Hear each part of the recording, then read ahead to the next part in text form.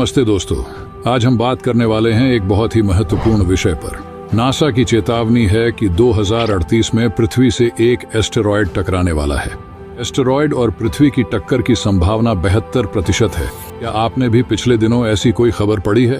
तो भविष्य की टेंशन लेने के बजाय खबर का सच जान लीजिए। 2038 में आने वाला एस्टेरॉयड जो नासा द्वारा निर्देशित किया गया है, एक बहुत ही बड़ा और भयानक संकट लेकर आ सकता है हमारे जीवन पर। नासा ने अभी तक किए गए अध्ययन के अनुसार ये एस्टेरॉयड हमारी धरती से 4.5 लाख किलोमीटर के फासले से गुजरेगा, जो कि अंतरिक्ष में बहुत कम माना जाता है, लेकिन इसका प्रभाव हम पर भारी हो सकता है। एस्टेरॉयड का नाम है 2038 EJ6 और इसका आकार भी काफी बड़ा है, लगभग 300 मीटर।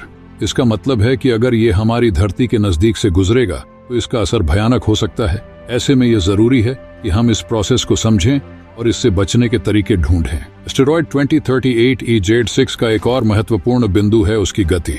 इस एस्टेरॉयड की गति 10 किलोमीटर प्रति सेकंड है, जो कि बड़ी तेजी से हमारे नजदीक आने वाला है। नासा के अनुसार इस एस्टेरॉयड का मौका है हमारी धरती से बुरा टकराव करने का, लेकिन इसकी संभावना कम है। फिर भी हमें तैयार रहना चाहिए। 20 जून को एक्सपर्ट्स की टीम ने एक ऑनलाइन न्यूज कॉन्फ्रेंस में हालिया सिमुलेशन के नतीजे शेयर किए हैं। इसी दौरान पब्लिक को पहली बार बताया कि बंद दरवाजे के पीछे किस काल्पनिक हालात पर चर्चा हुई।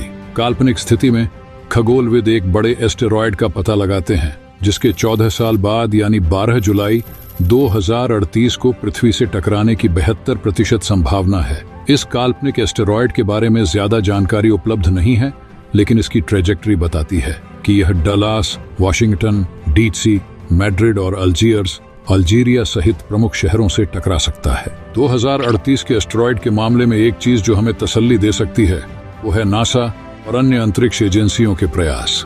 वे निरंतर रूप से इस तरह के एस्टेरॉयड को मॉनिटर करते रहते हैं और समय पर हमारी सुरक्षा के लिए कोशिश करते हैं। इस प्रकार के संकट से निपटने के लिए विशेष योजनाओं का विकास किया जा रहा है। देखते हैं कि अगर 2038 में ये एस्टेरॉयड हमारी धरती से बहुत नजदीक आता है तो उससे बचने के क्या तरीके हैं।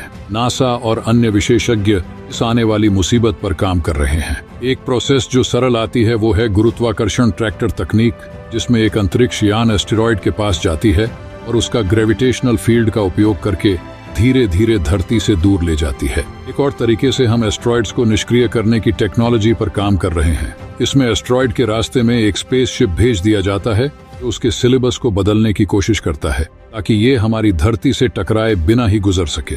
एक और संभावना है, हम उससे बचने के लिए पहले से ही तैयार हैं।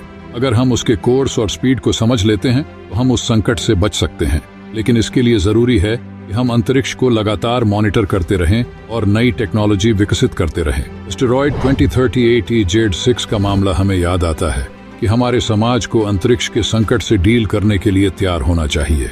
ये एक रिमाइंडर है कि हमारे टेक्नोलॉजी और साइंस का उपयोग हमारे जीवन की सुरक्षा के लिए कितना महत्वपूर्ण है।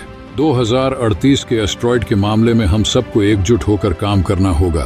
अंतिम नेचर में हमें ये भी याद रखना होगा कि हम सब एक ही धरती पर रहते हैं और हमारी सुरक्षा हम सब की जिम्मेदारी है। तो दोस्तों, ये थी हमारी छोटी सी वीडियो 2038 के एस्टेरॉयड के बारे में।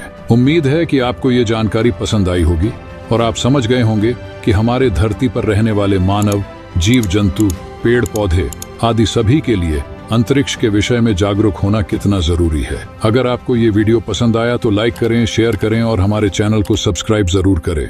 हम जल्दी ही आपसे मिलेंगे एक नए वीडियो के साथ। धन्यवाद और अपना ध्यान रखें।